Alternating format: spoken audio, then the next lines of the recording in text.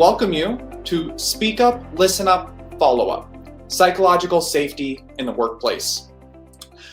This was actually my capstone for the MSLD program. This was what I dedicated my end semester to really research and better understand the foundation of psychological safety. And for me, as a consultant, as a trainer, and as a coach, it was about, now how do we create psychological safety? How do we cultivate it in the workplace? And so we're going to move forward, and I kind of want to start here with just a very simple thing. Who here knows this, this little logo, right? This slogan, Google. We've all heard of Google, right? And a few years ago, they embarked on a little project. They wanted to know what makes a perfect team. And you know, when I look at research and I look at articles that people have written, I often think, okay, what's their motive behind it? Because when the Creative Leadership Center comes out and says creativity is the number one thing that a leader needs, I think there could be some bias there. So I say, okay, Google is looking at what makes a perfect team. And the reason they're doing that is they want to know, why are some teams performing higher than others? Is it a mix of personality? Is it a mix of work experience? Is it a mix of different industries that they've been from? And so they said, okay, we got to look at this. And this is called Project Aristotle. And you can go research it. They have the whole report out about what they found. And so over the course of 2 years, they looked at 180 different teams within Google and 37,000 employees. So imagine the time, energy, and effort they put into this project. And what's so incredible is that they went into this project looking for what makes the perfect team. They didn't have any motive. They just wanted to know, as we continue to form teams, what do we do to make them the most successful? And so you may wonder, okay, what is that answer? They went in thinking, okay, maybe it's a type of personality. Maybe it's a type of group norms. Maybe it's the type of environment. And what they found was that their number one, they came up with 5 main things, and their number one was psychological safety. They came across that when a team was able to speak up and share thoughts without fear of retribution, they were able to bring their full self to work every day and feel safe in that environment, that they actually performed better. And this is backed up by so much more research that we'll talk about as we go throughout here. And so what I talk about is that in today's world, more and more of our tasks, more and more of the jobs that we do actually require more interaction, more judgment, more conversations, more collaboration than ever before. And if you think about it right here and right now, a lot of your work may be online, maybe virtual. And that collaboration and communication has become more challenging. And so effective communication and collaboration boils down to, can we have really great psychological safety within our organization, with our teams, and within our departments? And that's a significant component of this communication. And so I'm going to try something here that I have not tried on Big Marker yet, and we're going to do a poll. So on your screen here, a poll should pop up in the middle. And I want you to click, read that comment, my opinion counts at work. I want you to click which one you agree with, which statement you agree with. Strongly agree, disagree, not sure.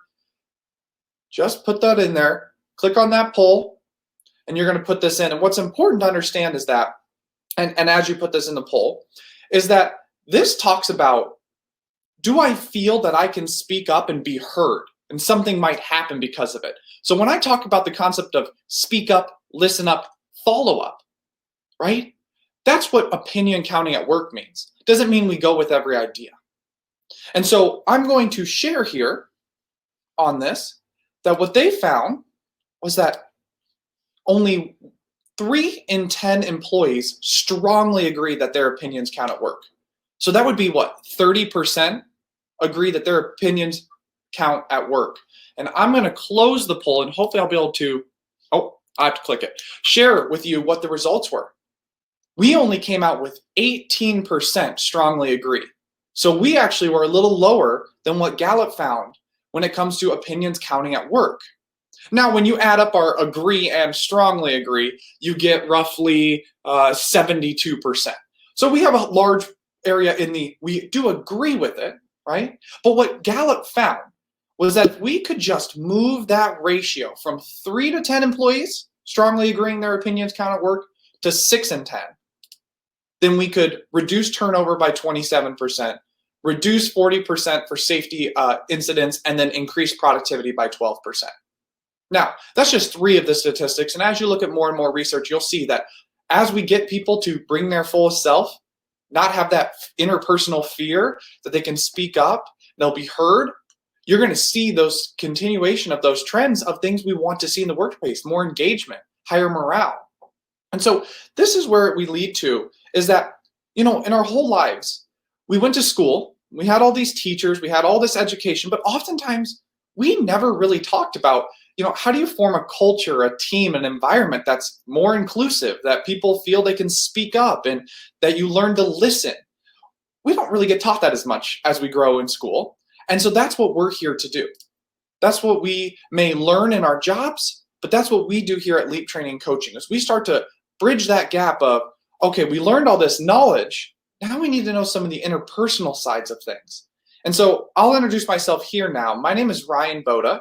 I'm again with Leap Training and Coaching, and I am a communication and culture specialist. I specialize in conversational intelligence and leadership development. And what it really looks at is, and why I'm so attached to psychological safety, is all of these pieces that I've been talking about: leadership development, but then, team building, and all of these things come around into a culture of psychological safety. And our mission is in the middle of that PDF here. It says to develop a company's greatest asset, their people. That's what we're here to do.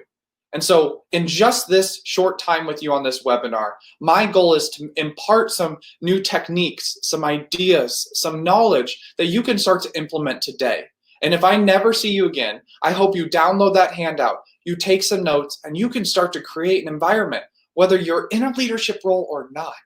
You can create an environment where there's more psychological safety, where there's ability to feel that you can be your fullest contribution at work. Now, I'm going to try another poll here, and I want to know, start that. Does your organization or team, do you talk about the concept of psychological safety? Has that been something you've addressed, brought up, explored as a team, heard your HR department talk about it, whoever it is? Love to know, how much experience do we have with this? As we fill up here our polls, I'm going to move us forward, because what we're going to talk about is, what is this psychological safety? And we're seeing the trend, as I'm seeing, is right around the 60% are actually saying, no, we haven't really talked about psychological safety. And what's crazy is psychological safety dates back to like 1965. It was written about in a book before William Kahn from Boston University wrote really a foundational piece of research on psychological safety in 1990, and then was followed up by this individual who's quoted here, which is Amy Edmondson, who started her research in the 90s as well and continues in today. And so in our poll, we ended up at about 62% have not really talked about in their workplaces psychological safety. And so what we want to look at is, as Amy talks about here, psychological safety is broadly defined as a climate in which people are comfortable expressing and being themselves. No matter which definition you look up, if you go look up Kahn's definition or May's, all these researchers' definitions, it's going to be very similar to the concept that we can come to work every day, come to our teams, and be fully ourselves, to be able to express our ideas. We're not fearful that we're going to be put down, that our careers are going to be hurt. We're there to be our best contribution. And we know that in today's world, with all of the work that we do that surrounds big decision making, critical change, innovation that happens constantly, we need an environment where psychological safety is thriving. Or we're going to be in an organization that stymies itself, that isn't able to push forward because people aren't willing to take inherent personal risks. We don't want our ego hurt. So when we live in a non-psychologically safe environment, we're scared that we are going to get hurt. And that's okay. That's normal. And I'm going to talk about why that is. And so what we need to do is we need to know that we have to minimize interpersonal fear. We have to create an environment, whether we're a leader or a team member, that people enjoy being them fullest selves, and they're willing to say, oh my gosh, I don't understand this. I don't think this is going to work. I have a new idea, and know that it's going to be heard and listened to. And so that takes me to my definition that I formed over my work with this. And I said psychologically safety is defined as a culture in which people are comfortable speaking up without fear of retribution, listen to one another intently, and are confident in another person's follow-up. And so I brought it down to three main pieces: speak up, listen up, and follow up. And the thing is, it doesn't go one, then the other, and then the other. This is a continuous circle in which we must work together to create psychological safety in a way that all of these things are hit. And you're going to learn what each of them means, what each component looks like within a workplace. Because you may be going, well, we give us some space, we have a suggestion box so people can speak up, but are we reading that? Are we really looking at it? And then what are we doing as follow-up so that people know we're reading it, even when we can't do certain things? So we're really going to talk about how does this look in the workplace. Now, one of the key components of psychological safety within a lot of the models is this idea that we need to invite participation. We need to encourage participation. And so I know you're on a webinar, and I know you've probably been on a million where someone talks at you the whole time, and that's what these generally are. It's difficult to interact. But I would invite you and encourage you to continue to participate. Answer polls. I'm going to start putting questions up. I'm going to learn how to do that here, so bear with me. I'm going to put some question up, and I want you to think about them, answer them, put them in the chat box, because when you start to participate, you start to draw yourself in on a little deeper level to the material. You start to look for where you can apply it. This is the same in your work life. So invite participation in the things you do. So I'm going to try this here. I'm going to copy my question. And what I'm going to ask you is, what does psychological safety look like in your workplace? And I know we haven't gotten a clear definition yet, and we're not through all the material, but I want to just start the conversation. So I'm going to try putting this in the question and answer. Are you able to answer that I just put in there? Are you able to put some answers? Now, if you can, start to put those in, even if it's just a couple words. Psychological safety looks like eye contact, things like that. You can start to put that in. And if you can't, I'm going to also put it in the chat box because I'm not 100% sure how this works. Perfect. There we go. So we've got the chat box and we've got your question and answer. What does psychological safety look like in your workplace? How does your team create an environment which people feel that they can be themselves, where you can speak up, you can listen up, and you can follow up? I want you to start putting that in the box here. And I'm going to continue forward as you put that in, and I'll read off. We'll talk about some of the questions. Okay, and so what I'm going to move forward to is I always like to start with just a little bit of humor, a little fun in it. And so I found this little cartoon, right? And it talks about our new philosophy is we do it right the first time. That's what the boss says, right? This will inspire you to higher quality because you'll realize mistakes are not tolerated in this workplace. And the employee says, question, sir. Since mistakes are inevitable, wouldn't your philosophy inspire us to avoid completing anything? And he says, we'll be paralyzed by the fear of mistakes, victims of our own unrealistic philosophy. And another employee says, you might as well have a philosophy that says we punish anybody who does anything. And the boss says, you know what? I really, really value your opinion. Wally, I want you to make some posters that we do it right the first time. And you see, right? Wally's all paralyzed by it. And the next item is, why is employee engagement, morale so low? And what this points to is that when we create an environment in which we feel we cannot make mistakes, we cannot speak up, we cannot fail, we are not creating a psychologically safe environment. And I will tell you, if you go and you look up, I had Amy Edmondson's book, what she wrote about in The Fearless Organization. She talks about in her very foundational first part of her research, she found that higher performing teams made more mistakes. And she went, does that make any sense? Why would they make more mistakes if they're actually higher performing? And what they found was they did not make more mistakes. They talked about their mistakes. They brought them out into the open. They said, how can we improve on this process? This doesn't seem to be working. So though that they registered more mistakes, it was actually because they were more open to it. And that was so they could improve and get better. And so before we even move forward here, I want to talk about some of the answers in here. And now there are going to be a lot, but it's so interesting. I want you to read through. What do people see? as psychological safety. And have we ever talked with our teams about it? Have you ever sat down with your immediate department and just said, let's talk about what kind of environment we want to create? You can see different things like we don't judge, right? We don't judge opinions. It's okay to ask questions. We encourage asking questions. We're being authentic. We have empathy, right? And so you're going to see tons and tons. It becomes laughing, smiling, right? It's okay to have a bad day because you're safe in that environment, that things are difficult. And so you can read through these, and this is a great way to share, wow, this is what it looks like in other organizations, and these are the types of things we want to put into ours. And so look through that box and really learn from other people's understanding of it, and we're going to continue to talk about it here. Now, the importance of psychological safety. Now, as I said, more and more of our tasks are requiring judgment. They're requiring right now, coping with uncertainty. We have no idea what's going on. Really, we cope with uncertainty and change all day long, every day, regardless of what the current environment is. We have to innovate. We have to coordinate teams together. We have to collaborate. And all of that requires us to communicate better. And a psychologically safe environment is one in which we are able to speak up, ask questions, debate. We commit ourselves to continuously learning. We create an environment that is more powerful to move forward. And that's why it's so important, is that organizations are not going to thrive without it. And I told you, I'd mention just a moment about the neuroscience. And this is just a snippet. And what it talks about is that,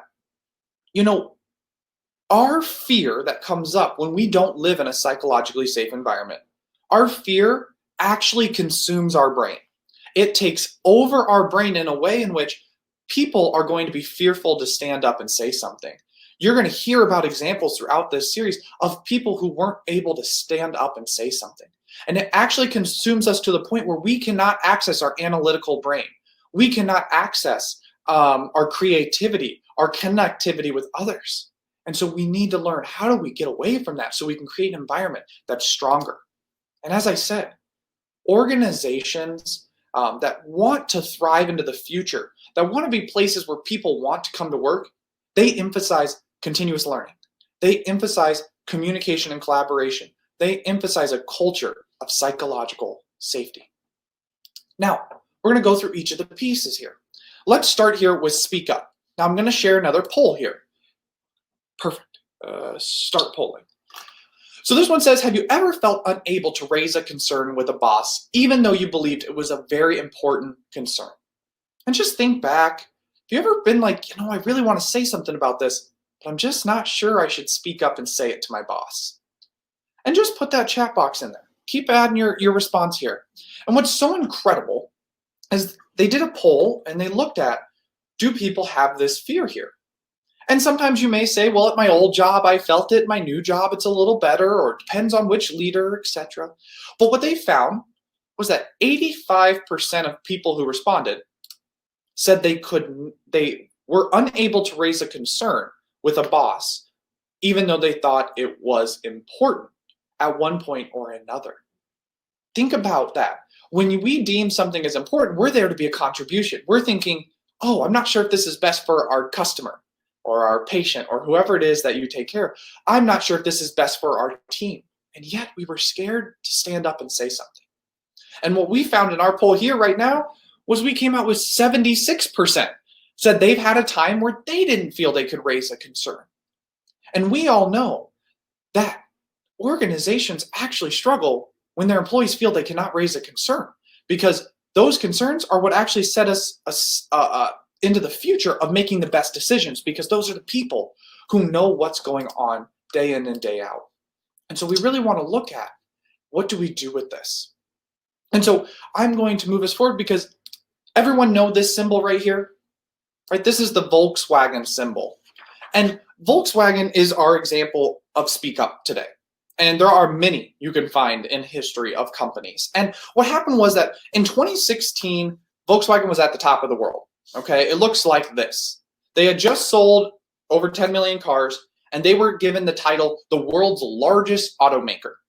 Okay, and all of that happened despite the fact that in 2008, when the recession came out, there was like concern about, okay, what are we going to do here to project us forward for 10 years? And they came up with the 2008 Green Car of the Year, which was this big idea about, okay, we can create a car that has less emission. We're going to push ourselves forward.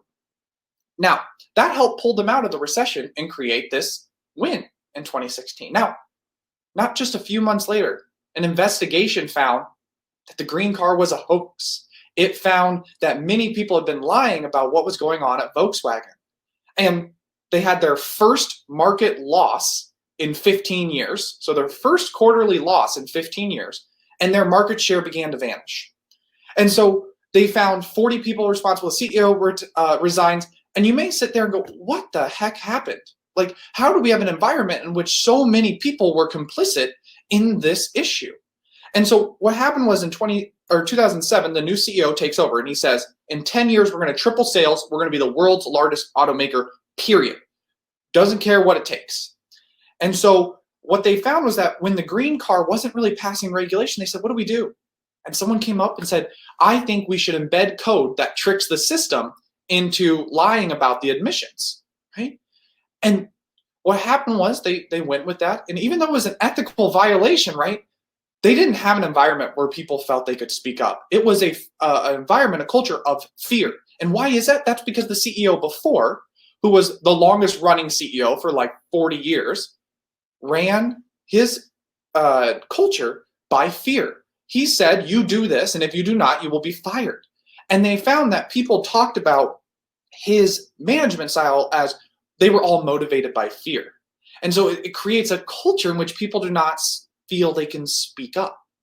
And so when all this came out, only one of the 10 board members actually spoke out about the incident. And what they said, and I'm going to read you the quote because I think it's important, is this individual said after the investigation, we need in the future a climate in which problems are not hidden, but can be openly communicated to superiors.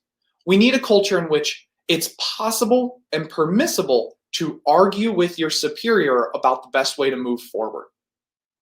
Think about that. That statement encompasses the pillar of speak up in psychological safety. And this may be an extreme case. You may sit here and go, we're not making any ethical decisions that are hurting people or going to crush our company. But when we create an environment in which people do not feel they're able to speak up, we hinder our ability to move forward.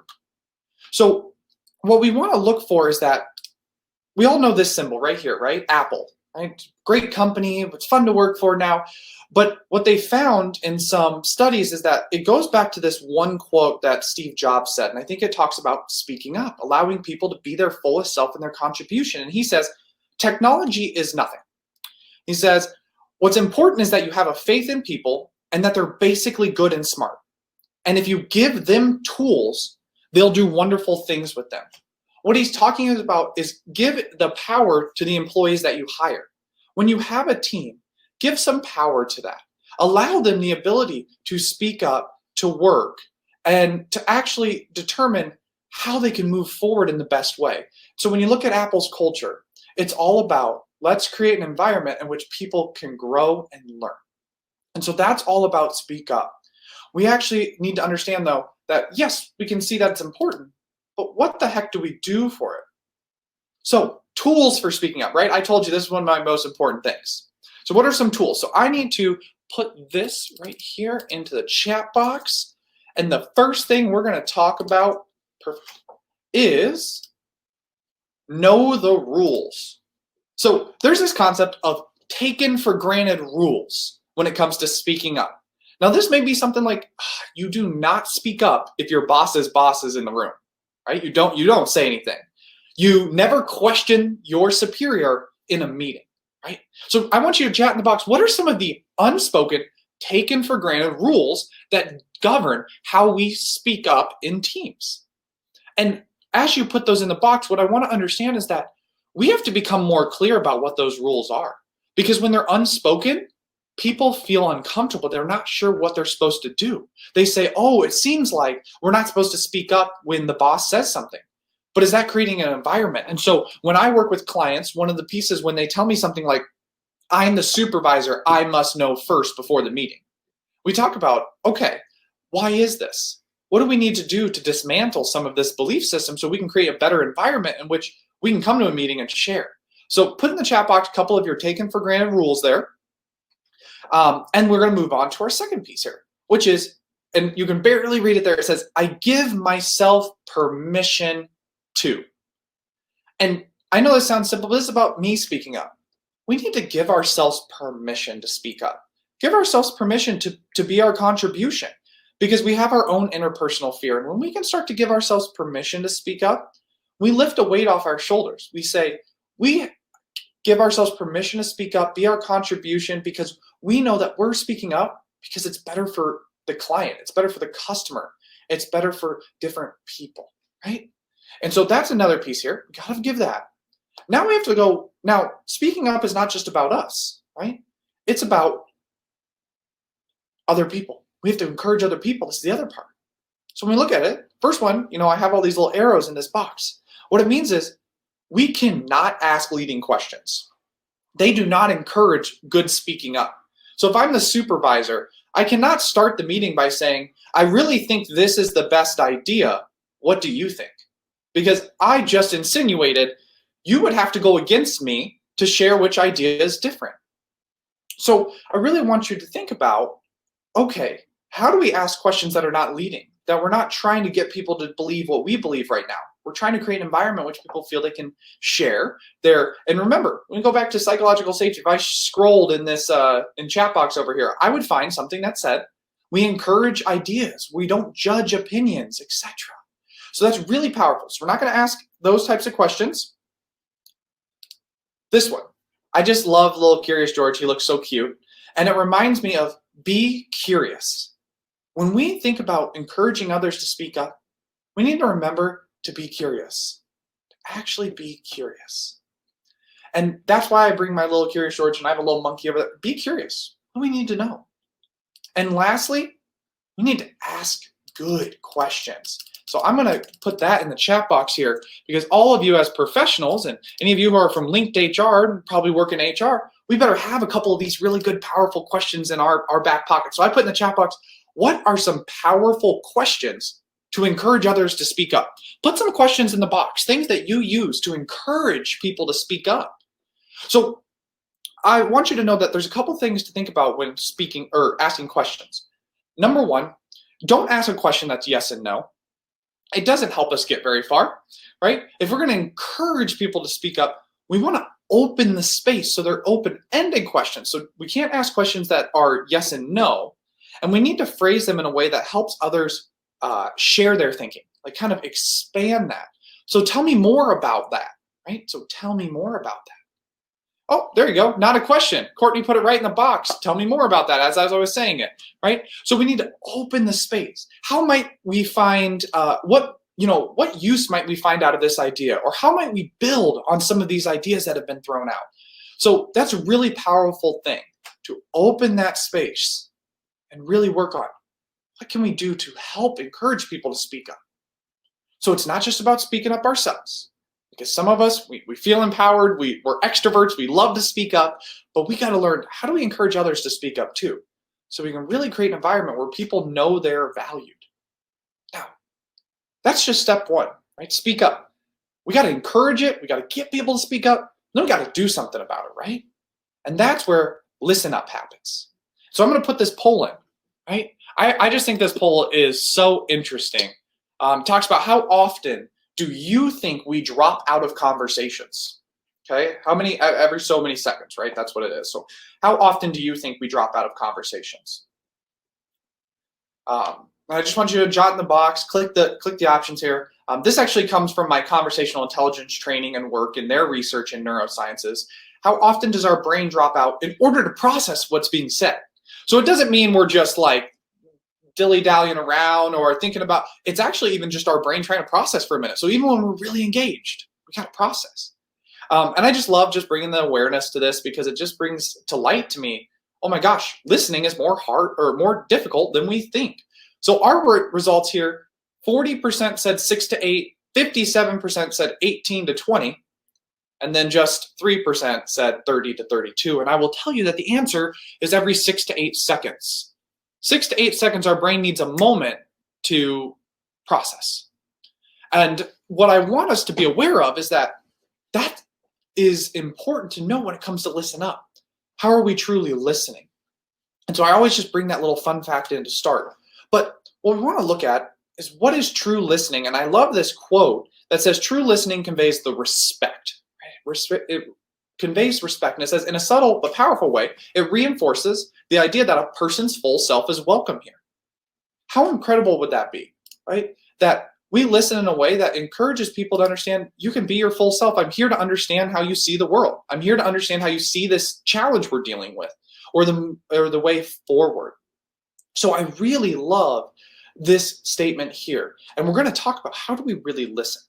Now, this is Nokia, and not sure who knows this symbol because I did not. I had to learn more about it, but it actually started, as you can see, in 1865, and I am not sure why it's a fish because I read its history that it started as a paper mill in Finland.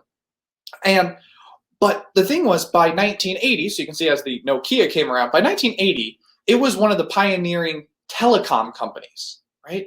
So in 1990, it was actually the world's leading mobile phone manufacturer. And by 2000, it had actually the most advanced software for mobile phones. Okay, so think about that. That in 2000, it was not only the leading manufacturer, but also had the best software. Why do we not know who this company is? Right? What happened to this company that allowed Apple and Samsung and Google to pass them in phones? What the heck happened? And so what's crazy is that they own 23% of the market, but by 2011, their shares fell 75%, and then 2 years later, they just sold themselves to Microsoft. So what's going on? And I love the old phone because I never had that phone in the top left right there, right? But what happened? What goes on? And what happened was that the middle managers started to speak up in those mid-2000s into 2010s. They started to see that they weren't really making progress. Their phones were starting to be beaten out by the Apple iPhones, etc. And they said, so our middle managers started to speak up. They started to ask about things like the concern for the vision. They were like, okay, where are we going? Do we want to be the manufacturer? Do we want to be the coder? What do we want to be, right? They were talking about vision. They talked about ideas of how they could develop their software so that it would set them apart, that it would get them a little more advantage in the marketplace. And they even talked about ways to overcome competition. So these middle managers are speaking up to the CEOs and the executives. The thing was, the CEO lived in a little non-psychologically safe environment in which he only wanted to hear good information. He did not want to listen to anything that contradicted that they were doing just fine. And so he would get angry. He was very temperamental, and he just wanted to hear the good stuff. And so what happened was middle managers spoke up, and slowly they just realized we're not going to be able to do anything. And they became more quiet, and eventually they just said what that individual wanted to hear. And so what I want us to understand is that we can get people to speak up like these individual middle managers, but if we're not listening to them, if we're not really listening to their concerns, ultimately we don't live in that psychologically safe culture, and we're going to create an environment which most likely our company is going to fall behind, lag behind, lose morale because we're not creating that loop. And so here is my one important tool for listening up. And I don't have 7 different ones this time. I have one very simple concept, and it's called listening to connect. And some people are putting in listen to understand, right? Not to respond. Great. This concept of listen to connect is just another way of saying that listening is much deeper than what we think it is, right? We're taught in school listening is please just don't talk and look in my direction, and that is listening, right? And as you get older, you start to learn a little more. But when we really look at listening is about connecting to another person, about understanding what are they really trying to say? What are they thinking? What's that deeper meaning that they hold? And by actually exploring that with someone, seeing their side, exploring their point of view, I can tell you that you're going to have more impactful conversations. You're going to help people feel that they can be more of their full self and more of their contribution in the workplace. And so I would encourage you as you listen to ask yourself these questions. What is this individual trying to say? What is this individual thinking, right? Like actually think to yourself, what are they thinking? And think to yourself, what are they trying to help me explore? Listening is not judging. Listening is not confirming, and listening is not rejecting. When we listen to confirm, it means I want to hear what I want to hear, and I'm only going to pick out the things that agree with me. When we're listening to judge, we start to form opinions about people in our head. We start thinking about, oh my gosh, I can't believe they thought that. They probably think this too. All of a sudden, we're no longer engaged, right? Or maybe it's listen to reject. You can give a little raise hand. If you're somebody have you ever cut someone off while they were talking before? Or just jumped in with your thought or your opinion because you were like, that is not right? If so, your hand should be raised, and you're normal. So be okay with that, right? But that's usually because we're listening to reject in there. We're like, oh no, that didn't happen, and we jump in. The best listeners are the people who make you feel completely heard while you're talking. They don't have to agree with you, right? But they make you feel heard. That's the power of this step. That's the power of this component of psychological safety. Now, we've got speak up. We've got listen up. We get people to speak up. We're listening to them. But I can tell you that I had a client of mine who they had actually gone through 8 leaders in 6 years, and they were really having a hard time in this setting of 60 people. And we were talking with this individual about the new leader. And they were talking a little bit about psychological safety without knowing it in these steps. And they said that what used to happen was they would tell the manager, this is what's going on, or I'm thinking this, or we're having a problem. They would write notes and listen, and they said the person never came back to us. Literally, we never saw them again. And they're like, quickly we realized there's no reason to do anything. They're not doing anything with the information they're hearing. And so this new leader got in place. And this employee came back to us like 2 months later and just kind of called us out of the blue and shared this story. And they said, I love this new leader. I said, oh, tell us about what's going on. And they said, you know what? I brought to them a problem I was dealing with.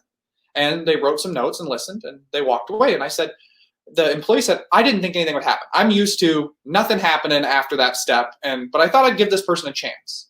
They said they kind of got down because about a week had gone by. So that manager caught him in the room, and they stopped him and said, hey, I just wanted you to know where I was in this process. Here's who I've talked to. This is what I've learned so far. And I have a couple more things to get through before I can give you an answer. The person said, wow, okay. And about 1 more week went by, and she thought, oh, probably forgot about it. And they finally set a meeting, met, and the manager talked all about it. They said, here's what I've collected. Here's what I understand about this problem now. And here's why we can't go with this option, but this is what I can do to support this. And the employee said, I honestly no longer cared what we were doing. I was like, I didn't care that they didn't go with this idea. She said, I couldn't believe that they followed up. I couldn't believe that they actually took action on what I had to say. And so this full circle about that, it's not just speak up, it's not just listen up, it's sometimes even more powerful about the follow-up. It's going to create huge change, right? Now, this is our follow-up slide, right? And what I really want to know is that this is that step that's going to take us to the full circle of psychological safety. That's going to give us the ability. And we're going to get really clear about some of this. So let's move forward. There we go.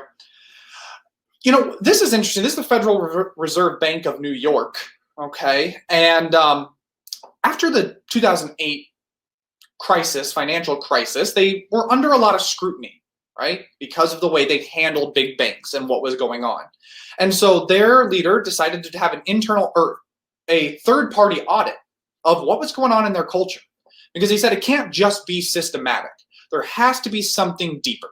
So they let somebody from, Columbia come in and really look this over. And it came out in a 2009 report of systemic risk in bank supervision.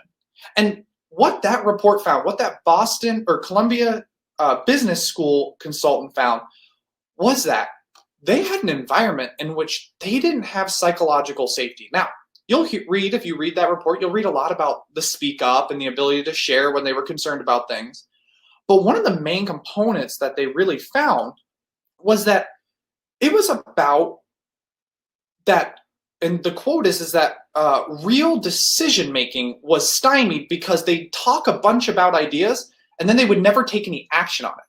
So give me a little, now you don't get to do the thumbs up like in Zoom, but raise your hand. Give me who here feels like at times they're stymied because we talk a good talk, but we don't take the walk, right? We don't really move anywhere. What are we doing? And that's what they were finding. And that what they found is that people would request information and not get it. and nobody would do any part of it, right? And the banks weren't following up, and they were understanding that, hey, if they didn't follow up with the right information, nobody cared. It was okay. It got slipped under the rug, etc. And it created an environment in which there was no accountability and follow-up. People would request things, and the banks would just be like, nah, it's okay. We'll just let it go, because they created that system. So they have to completely look at their culture in order to say, we have to put the line in the sand that says we're no longer going to accept this lack of accountability, this lack of follow-up.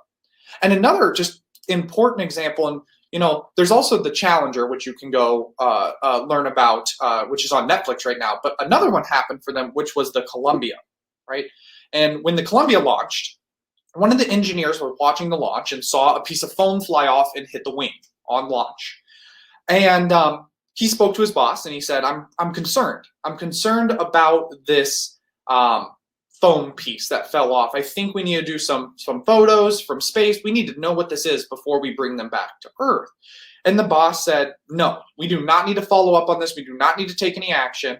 And they went into a big meeting, and the big bosses, right?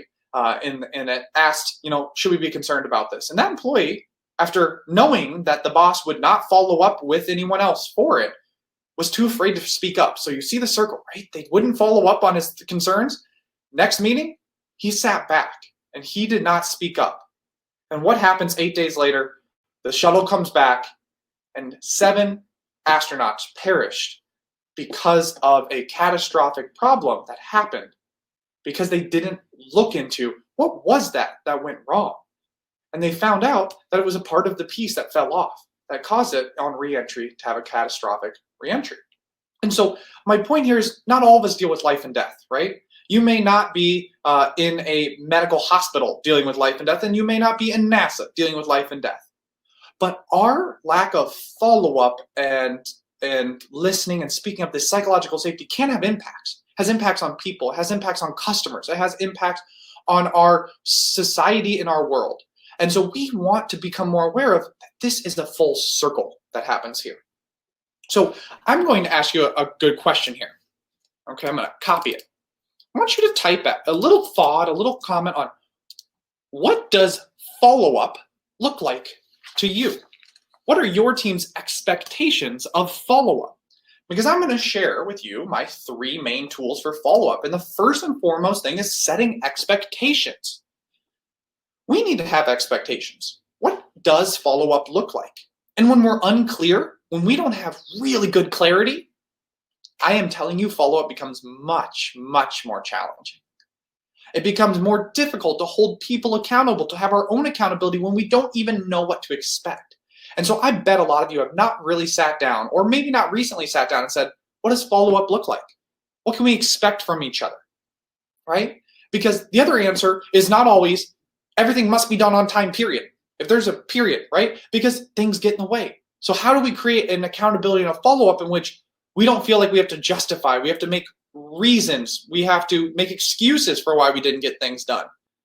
Do you need to know someone's whole backstory of why they didn't get a thing done? No, we want the accountability and the follow-up to say, okay, right here's my next one, own it.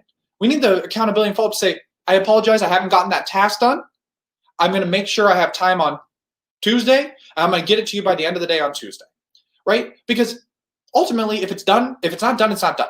And we need the responsibility and the accountability to say, I didn't finish it, here's when I'll get to it. Because we don't want people doing bad work. We don't want people making excuses up, or having to have the fear of, I have to justify that my child was sick from school today and I had to stay home, and then my other child had to get picked up, and then, everyone has those things. But how do we create a system that allows for clear expectations of follow-up and the ability to have ownership and responsibility, accountability, in a safe space? That's psychological safety. And the last one is be consistent. That's what this one is. And the reason be consistent is on here is because consistency is vital to our success of follow-up. Because if we say we're going to do it, and then the first time we have a meeting, we're just like, yeah, I don't remember the action items, we're not going to follow up on, okay, where are we at? All of a sudden, we're not consistent. And so Dr. Wildermuth put in, how do we create a system, right? So now she was talking about in which people are safe to be honest, but how do we create a system that's consistent? Where we don't, when people start down the path of the 25 things that got in the way, you say, don't worry about that. Just want to know, when can you complete this? Okay, perfect. Just get it to me when you have time. I appreciate that, right? Just don't allow people to go down the road of no return, right? So we create a system in which follow-up is clear, understood, and we have consistency in what we do. Now, my last point of psychological safety is this incredible concept of failure, which is the word we hate most, right? Failure. And this little quote says, we're taught in school to seek the right answer instead of learning to learn from mistakes as a pathway to innovation or innovative and independent thinking. So what we're saying is that oftentimes we're taught there's one right answer. And if you didn't get the right answer, you're wrong. You failed. You did not pass. And what we want to start to transition to, especially in the workplace, is that we need to be in, and I love this picture, a laboratory, a learning laboratory. Life is a laboratory, okay? It's all about learning. It's all about learning from what's not going right. What do we need to do to improve? And so when we talk about things, it could be in performance, right? Performance reviews. It's not your right and wrong. It's what can we do moving forward to grow and learn and better ourselves, right? And so we really want to instill this idea that psychologically safe environments are environments in which people know they can fail and they're going to learn from it. And the organization is going to support the learning. Now, I'm not saying unintelligent failure. I would use the word intelligent failure. And you'll hear that from this company here, right? And I cannot imagine any of the companies I've brought up too much we haven't known, but this one, probably right now during the middle of this current environment, we know this company. We've all ordered from this company, right? And what this comes from is Amazon. And so, does anyone remember the Amazon Fire Phone? Okay, it was a big thing. They were gonna take on the phone market, the mobile phone market. Okay, they spent $170 million trying to develop this Fire Phone. Okay, and ultimately, let's just say it didn't work. They scrapped the project. But what their CEO, Jeff Bezos, said, and he told Ian Fried, and that was like the lead person on this project, when he came in to sit down and say, we're going to scrap the project, he said to him, I do not want you to lose an ounce of sleep. I do not want you to wake up tomorrow and worry one moment about this or your job. Because he said, this is an intelligent failure. So when you come back tomorrow, what I want you to do is say, what can we learn from this? And the Fire Phone became Amazon Alexa and Echo. Because they found out that software, that ability to just go, hey, I need this into the phone, they thought that was incredible. And talk about where Alexa and Alexis and Echo are now, right? And so intelligent failures is what we want. We don't want failures that are bad and we made dumb decisions, but when we're intelligently failing forward, when we're trying things, those are powerful pieces. And so I challenge with our last poll here is, do you feel free to intelligently fail at your workplace? Are mistakes seen and addressed as learning? Now, I just want you to answer, think about this for a moment, put it in the box. But what I want us to understand is that failure is not bad. And somebody put in the chat box a moment ago, I think it was Matt or Mark, I couldn't remember because now I'm out of the chat box, growth. It's a growth mindset. We're trying to teach kids growth mindset today. And the reason is because there is not black and white anymore. We're saying we need to understand what we can do to learn from this. And here's the 4 questions that I oftentimes have people ask. Have I done what I can to destigmatize failure, right? To get rid of the concept that failure is bad, okay? That mistakes are bad. What more can I do to celebrate our intelligent failures, right? Celebrate the fact that we're pushing the envelope to try new things. It says, when someone comes to me with bad news, how do I make sure it's a positive experience? How do I help them understand that we're here to learn and grow? What can we learn so we can do it better next time? We don't need to berate someone that they didn't handle the situation well. And lastly, it talks about how do I offer help or support to guide those next steps in learning? Now, I'm looking at my poll here, and it looks like about 25% said no, they don't quite feel they can intelligently fail. 75% said yes. Now, that's probably off of the average person, right? But that's okay. What we want to know is that, oh, if I feel safe to, how do we do these things, right? How do I actually destigmatize it? How do we talk about it more openly and celebrate it? And if you're somebody who's in a no, what does that look like? And how can we start to overcome that fear of failure? So in closing here, in our last little piece, what I really want to look at is that we need to really apply what we learned today in order to be successful. Okay, and so that's why I leave, and I put this up one more time just to remind you that we really want to create an organization where people feel psychologically safe, where they feel they can be themselves. Because the more we do that, if you're in HR, if you're just a member of an organization who wants it to succeed, it doesn't even have to be HR. You want to see these things improve. You want to see morale and engagement improve. And so what I want to do is I'm going to put this question in the box, and I ask this at the end of every piece that I do, because this is the most important thing to me. We sit in a meeting, and we sit here for 60 minutes, and it says, what is your biggest learning? What is your biggest learning? I want you to put it in the box. And the reason is, research shows us that down the road, most likely we'll remember 2.5% of what we heard today, which I can tell you is about as much as you could put in this box here. It is so important to understand that we need to walk away with something that's valuable, that we can take and embrace. So what I want us to look for is, what is our biggest takeaway? How can we create an environment, right? This culture in which people are comfortable speaking up. They don't have that fear of retribution. They don't have the interpersonal fear that they can speak up. They can listen up. They feel that people are intently listening. They want to know how I'm exploring this. And then follow-up is going to happen. They don't have to go with my idea. You don't have to go with my idea. But we're going to follow up. We're going to make sure that we understand that we fully listened, and here's where we're at now. And this system will allow us to create an environment where people feel they can be their fullest self at work. So put those follow-ups in here. And I want to put this in here. Chris and I use, Chris and I use this site here, which is called Big Marker, but it doesn't allow us to send you this piece. Let me see, send full screen. I don't actually know what happens here. But this little thing I put in the middle of the screen here is it's just a download thing. So it'll send you a link. You just put in your email, send you a link. And what it is I took this material and I added to each of these three components of speak up, listen up, and follow up into it's a PDF, something very easy to download. It has good questions on there. It has steps. It has an extra voice versus silence calculator that we talk about, etc. So if you're interested in that, click download now. It'll just get your email, and then it will send you the link so that you can get this PDF that Big Marker doesn't let me send out to you. So put your information in there if you're interested.